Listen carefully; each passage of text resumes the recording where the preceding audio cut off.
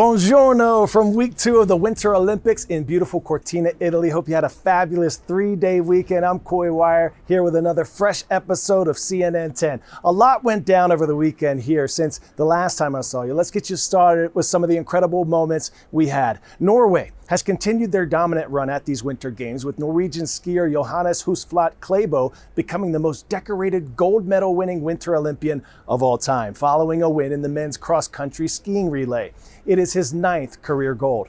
And an historic moment on the slopes for Brazilian skier Lucas Pinheiro Braten, whose breathtaking finish in the giant slalom landed him gold.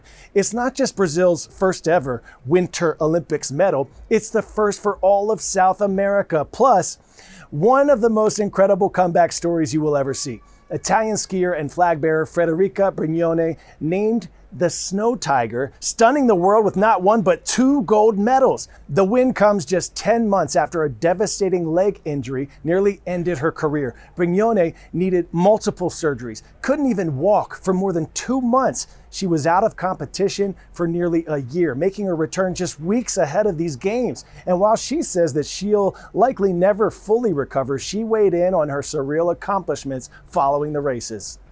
It's kind of hard. I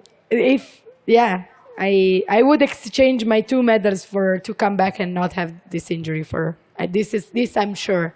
But I'm here, and this teach me something more, and it happened. You have to accept it.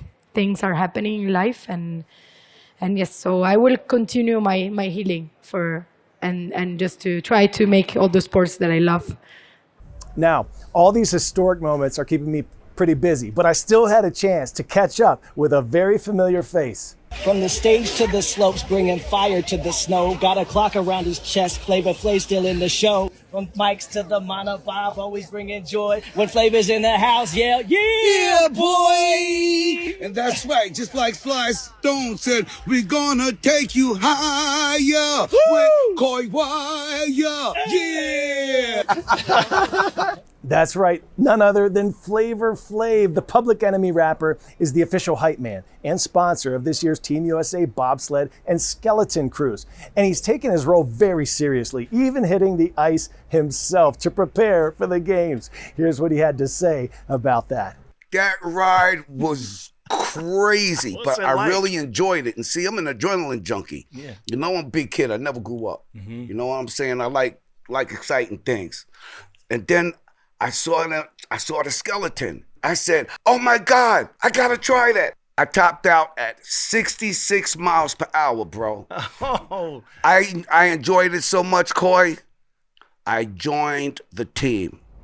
Meanwhile, a unique decades-long tradition is going strong on the sidelines of these games. Pin trading draws fans from all over the world as they look to swap lapel pins, stories, and other swag. Our Antonia Mortensen got an up-close look to see what it's all about. This is an Olympic tradition you might not know about, and it's been going on for decades. It's called pin trading.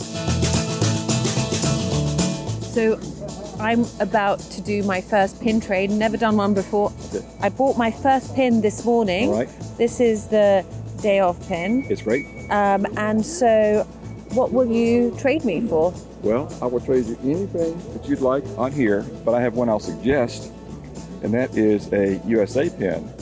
If you'd like that, those are very popular. Amazing. Okay, I will accept.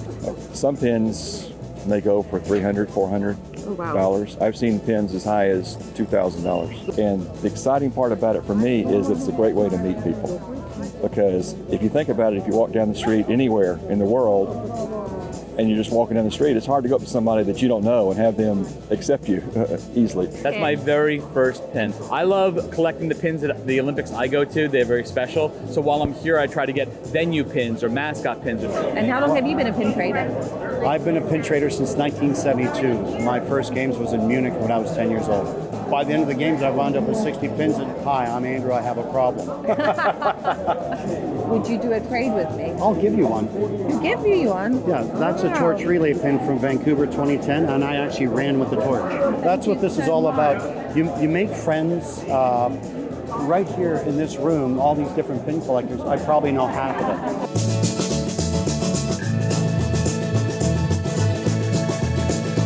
The origins of the Olympic pins can be traced back to the first modern games of Athens in 1896, where delegations wore official cardboard badges. But the trading of pins first began in the 1980s and is still going strong. Now to the International Space Station, which is back to being fully staffed 1 month after a medical emergency forced its previous crew to return to Earth early. 1, ignition, and liftoff. Go Falcon, go Dragon, and Godspeed Crew 12. 4 astronauts docked safely over the weekend as part of the Crew 12 mission, following roughly 30 hours of spaceflight. Their arrival was a welcome sight and brings the headcount aboard the orbiting lab back to the optimal number of 7. A skeleton crew of just 3 astronauts had been running the station following Crew 11's abrupt departure, limiting the amount of research that could be conducted. During their roughly 8-month stay on the space station, the Crew 12 astronauts are slated to carry out an array of research projects, including ultrasound scans of their blood vessels, research related to bacteria that cause pneumonia, and even simulated lunar landings that will help NASA prepare for the upcoming Artemis missions. Pop quiz hotshot. Today is the first day of the Lunar New Year. What activity do observers typically avoid? Cooking, cleaning, spending money, or wearing new clothes? If you said cleaning, you so fresh and so clean, clean. Asian cultures who celebrate the Lunar New Year believe that sweeping or taking out the trash symbolizes throwing away the good fortune that just came in. So maybe a good excuse to get out of some of those chores later today. The biggest holiday across much of Asia begins today, marking the start of a new year on the lunar calendar and a fresh beginning filled with family, traditions, hopes for prosperity, even robots performing kung fu. What? In the Chinese zodiac, each year is assigned one of 12 animals and one of 5 elements in a repeating 60-year pattern. This time, the zodiac aligns under the fire horse. The horse is a powerful fire element, so it's a pure fire year. So fire is a very strong energy, very energetic. And for many celebrating, luck isn't just symbolic, it's something you can share. Across East Asia, people exchange crisp cash and red envelopes to pass good fortune into the new year ahead. CNN's Will Ripley takes us to Taiwan, where fresh bills and lucky numbers are in high demand. Lunar New Year is almost here, and people are lining up at banks like this here in Taiwan to get crisp new bills in red envelopes. Red symbolizes luck, protection, and new beginnings, and the cash inside is meant to pass good fortune from the giver to the receiver, especially from elders to kids or bosses to employees. Now here in Taiwan, like much of East Asia, brand new money is seen as a fresh start, clean and lucky. Old crumpled bills like this, bad vibes and bad luck. People line up even longer to get these rare 200 and 2,000 new Taiwan dollar bills. So they can put all 5 colors of Taiwanese currency in red packets for extra good luck. Here in Taiwan, people favor even lucky sounding red envelope amounts like 600, 800, or 1600 for smoothness and prosperity, while avoiding any amount with the number 4 because it sounds like the Mandarin Chinese word for death.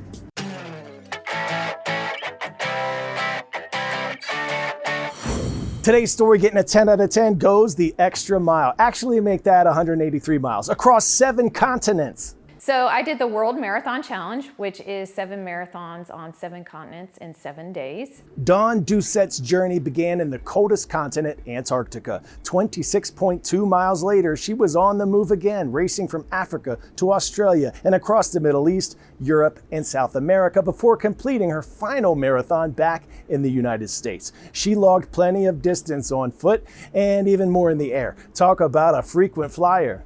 I think I ran for just over 29 hours, but you spent way more time than that on a plane. Doucette placed 3rd among women in the global challenge. She's now completed more than 80 marathons, including 2 on every continent and 1 in all 50 states. She's resting briefly before her next challenge, hiking to Everest Base Camp. You never know what tomorrow's going to bring, so I feel like if there's something you want to do, if there's a challenge, something you want to accomplish, do it now. Talk about an adrenaline junkie. All right, sunshine, I've got some shout outs today. This first one goes to Mr. McRae at Dillon High School in Dillon, South Carolina. Thank you for subscribing and commenting on our YouTube channel. And this shout out goes to Mrs. Del Principe at Sonoran Heights Middle School in Surprise, Arizona. Congratulations on that flag football district championship. Back to back. Yes, sir. All right, tomorrow is Your Word Wednesday. So submit that unique vocabulary word on my latest post on Instagram at KoiWire or at CNN10, and we're going to choose one lucky winner to work into tomorrow's show. Have an awesome one. I'll see you tomorrow right back here on CNN10. I'm KoiWire. Arrivederci.